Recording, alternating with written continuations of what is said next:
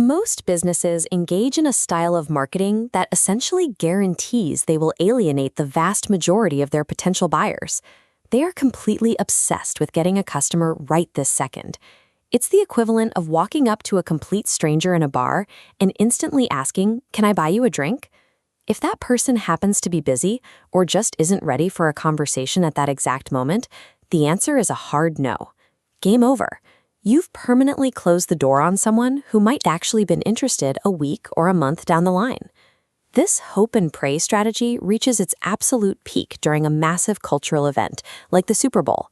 A major automaker will drop millions of dollars to run a commercial in front of that enormous audience. They are making a massive gamble that some tiny fraction of those viewers happens to be actively shopping for a vehicle that exact weekend. It is an incredibly high-stakes, high-stress approach. You throw a flashy presentation out into the void and rely entirely on random chance to bring a buyer to your lot.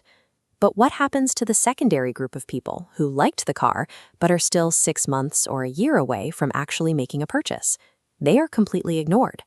By focusing strictly on immediate buyers, traditional marketing leaves massive sums of money on the table, creating a business model that depends on unpredictable, random activity rather than systematic control. The alternative to that chaos is a controlled direct response funnel, and the entire system starts with a remarkably simple concept: a low-threshold offer. Instead of demanding that a cold prospect buy your product immediately, you offer them free, highly valuable information designed to help them make a better decision. Take a major national mattress brand, for example. While local furniture stores blast out aggressive weekend discount ads, this brand offers a sleep guide, a literature packet, and an informational DVD. Step 2 is the data capture. Companies trade this free information for the prospect's contact details.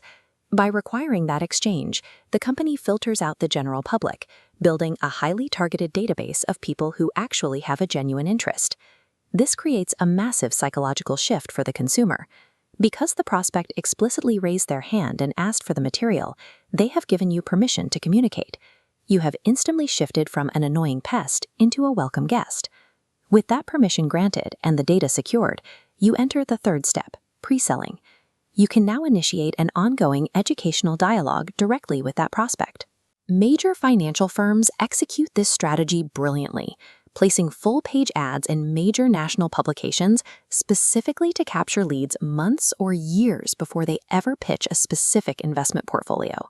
A prominent founder in the space uses these platforms to offer exclusive, free financial reports, establishing his firm as a helpful expert advisor. This constant stream of education serves a specific purpose. It systematically squeezes competitors out of the picture over time.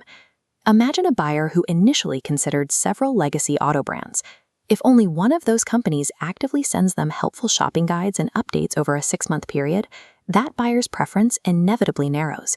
The other options are entirely forgotten long before the prospect ever sets foot on a dealership lot. By the time they finally agree to a direct conversation, the heavy lifting is done.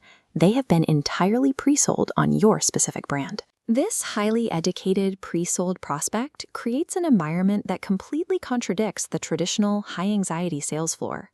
In a normal buying process, a tremendous burden is placed on the sales staff. They are given an impossible mandate: use brute force and sheer willpower to close the deal right now, or leave the prospect alienated and exhausted. A permission-based funnel neutralizes that tension. Because the prospect has been steadily educated over time on their own terms, the final purchase simply feels like a natural next step. This provides a significant operational advantage for the business owner. You are no longer dependent on finding, hiring, or trying to clone rare, spectacular salespeople just to keep revenue flowing. The marketing system itself handles the heavy lifting of education and persuasion. By abandoning the chaos of random advertising and building a strategic, permission-based funnel, a business secures long-term consumer trust and scales its growth on predictable, measurable control.